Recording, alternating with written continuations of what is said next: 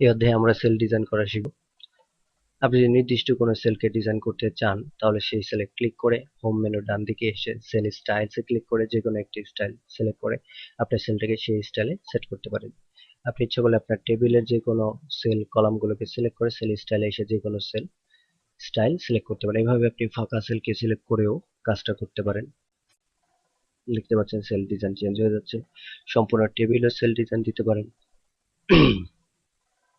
Sell design change হয়ে যাবে, heading folder ইত্যাদি বিভিন্ন ডিজাইনগুলো দিতে পারেন। নর্মাল দিলে সাধারণ হয়ে যাবে, ব্যাড গুড নিউট্রাল ইত্যাদি যে কোনো ডিজাইনই দিতে পারেন।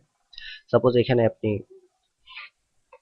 কোনো টোটাল করার পর অর্থাৎ সাম করার পর আপনি এখানে যোগ করার পর লাস্টে আমাদেরকে একটি ডাবল সাইন দিতে হয়, সেই ডাবল সাইনটা দিতে চান তাহলে যে লেখার নিচে ডাবল সাইন দিতে চান সেই সেলটি সিলেক্ট করুন, সেল স্টাইলে আসুন। এখানে দেখতে পাচ্ছেন টোটাল লেখা আছে এবং ডাবল সাইন দেওয়া আছে। এখন কিন্তু ডাবল সাইনটি চলে আসবে।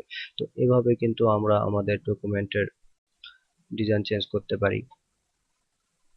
সম্পূর্ণ টেবিলে দেওয়ার জন্য, সেলে দেওয়ার জন্য আমরা এভাবে ক্লিক করে সেল স্টাইলে গিয়ে আমরা সাইন চেঞ্জ করে দিতে পারি।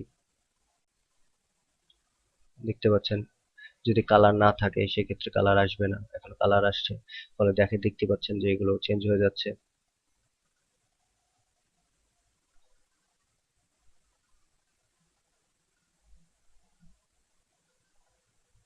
এভাবে চেঞ্জ করতে পারেন, অথবা আপনি নিজের স্টাইলও তৈরি করতে পারেন। নিচের দিকে থাকা নিউ সেল স্টাইলে ক্লিক করুন।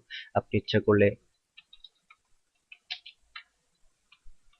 সিলেক্ট করে আপনি নাম্বার ইউজ করলে নাম্বারে ডিজাইন করতে পারেন। অ্যালাইনমেন্ট করতে চাইলে এখানে হরিজন্টাল সেন্টার হবে, ভার্টিক্যাল সেন্টার হবে, অ্যালাইন্ড হবে।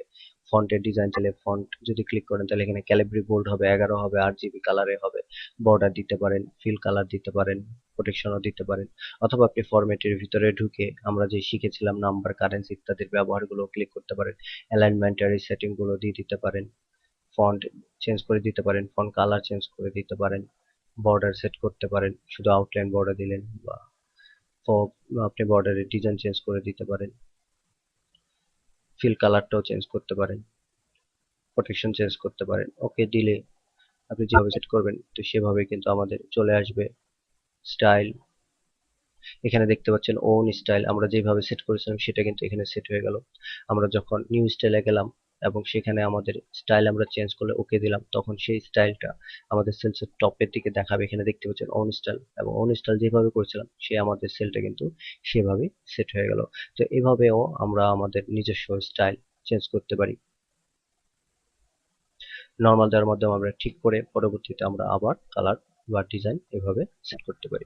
তো এইভাবে কিন্তু আমরা আমাদের ডকুমেন্টে ডিজাইন করতে পারি। ধন্যবাদ।